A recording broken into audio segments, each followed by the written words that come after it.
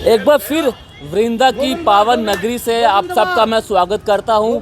वृंदावन एक ऐसा शहर जहाँ पर भगवान श्री कृष्ण ने 11 साल 52 दिन बाल लीला यहाँ पर रचाई थी। और मेरे पीछे जो आप नदी देख रहे हैं ये यमुना नदी है। अक्सर भगवान श्री कृष्ण यहाँ पर आया करते थे।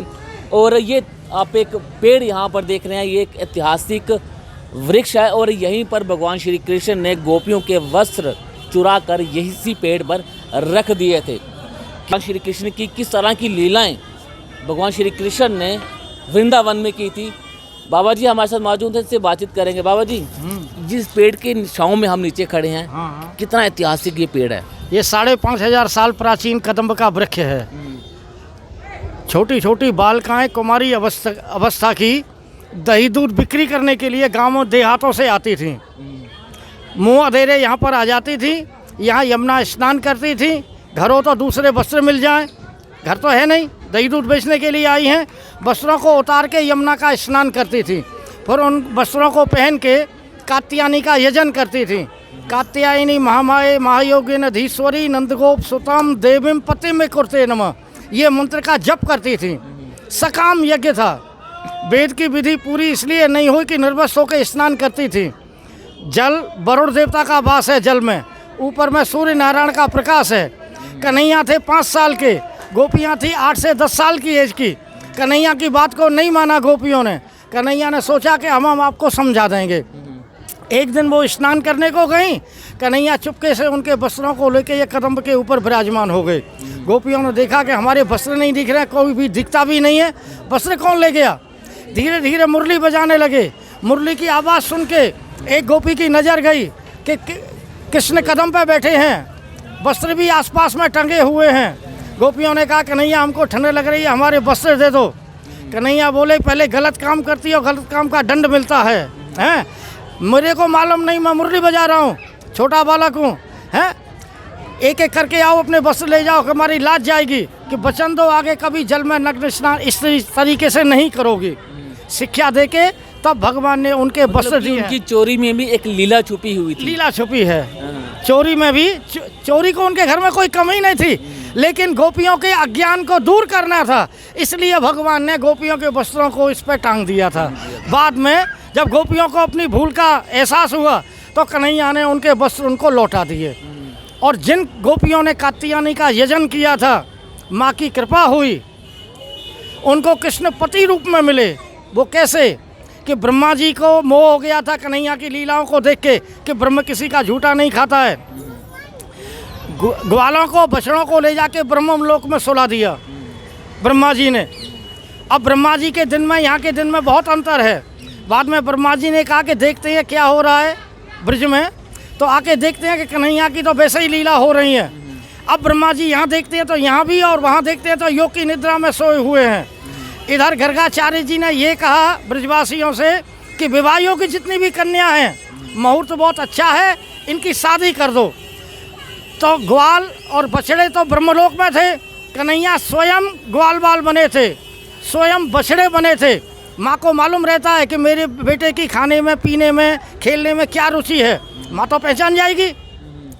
तो कन्हैया ही स्वयं ग्वाल बाल बने थे। और जिन गोपिकाओं ने कात्यायनी का यजन किया था, उनकी शादी गर्गाचार्य जी के कहने से कन्हैया के साथ में हुई। एक बात मैं आपसे ये पूछना चाहूँगा, ये गलियाँ जो यहाँ से हम गुजर, यहाँ से यहाँ पहुँचे हैं, क्या ये वही गलियाँ जहाँ पर भगवान श्री कृष्ण अपनी लीलाएं अपना किया करते थे? ये वही गली हैं? उस समय ये गांव बसा हुआ नहीं था, ये जंगल था। जंगल था पूरा। अच्छा, ये जंगल था ये। और जंगल में ये ठाकुर जी लीला करते थे। मुस्लिम समय में किसी समय इसका नाम फकीराबाद था। फकीराबाद था वृंदावन का नाम। तो ये कृष्ण की लीला है। और क्या क्या लीलाएं उन्होंने यहाँ पर की हुई? 11 साल 52 दिन। वृंदावन को माना है भक्तों ने, वैष्णवों ने 20 कोस में। एक छोर पे गुप्त वृंदावन कामवन, जहाँ विमल कुंड है, कामवन, यहाँ से 60 किलोमीटर की दूरी है। मध्य में है श्री गोवर्धन नाथ गिरिराज प्रभु, जिनकी 21 किलोमीटर की परिक्रमा होती है। 10.5 किलोमीटर इधर, 10.5 किलोमीटर इधर, 21 किलोमीटर की 7 कोस की परिक्रमा होती है। वो मध्य वृंदावन है। और ये तट वृंदावन है, यमुना का किनारा। ये सब पुराने घाट बने हुए हैं। पहले यमुना यहीं पे होके चलती थी 40 साल पहले, अभी थोड़ा आगे खिसक गई हैं। अच्छा। हाँ, क्योंकि जैसे इंसान करवट बदलता है बिस्तर में, वैसे नदी भी अपना स्थान चेंज करती रहती हैं। बाबा जी, जहाँ पर भगवान श्री कृष्ण रासलीलाएं किया करते थे, यहाँ पर एक मंदिर भी है उनका, ऐसा कहा जाता है कि रात को अभी भी भगवान श्री कृष्ण वहाँ पर रासलीलाएं करना वहाँ पर आती हैं। इस तरह की आवाज़ें भी अक्सर सुनाई देती हैं। कितनी सच्चाई है इस बात में? ये भक्तों की भावना है।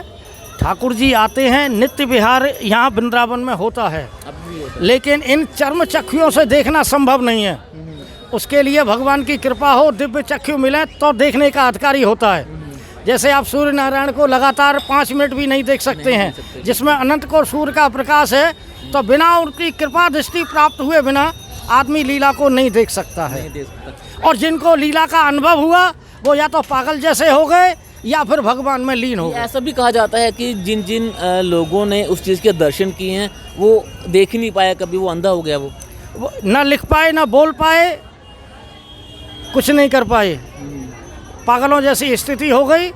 और एक लड़की तो सेवा कुंज में 18 घंटे तक राधे राधे करती रही, कोमा जैसी स्थिति में, और शांत हो गई। हाँ, चलिए बाबा जी, बहुत बहुत शुक्र हमसे बातचीत करने के लिए। तो ये वृंदावन की वो गलियां हैं जहाँ पर भगवान श्री कृष्ण ने 11 साल 52 दिनों तक यहाँ पर बाल लीला यहाँ पर रचाई। अक्सर वो यहाँ पर आते थे।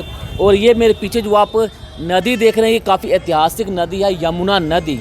और ये पेड़ एक बार फिर से मैं आपको दिखा दूं, ये लगभग 5,500 साल पुराना ये पेड़ है। और इसी पेड़ की छाँव के नीचे अक्सर भगवान श्री कृष्ण मुरली बजाया करते थे। और ये वही पेड़ है, यहाँ पर भगवान श्री कृष्ण ने गोपियों के वस्त्र चुराकर यहाँ पर टांग दिए थे। और उनकी चोरी में भी एक संदेश था, एक उनकी लीला थी जो वो गोपियाँ अक्सर जान नहीं पाती थी। और मुझे भी यहाँ पर आकर इतनी ज़्यादा आनंद यहाँ पर मुझे आया।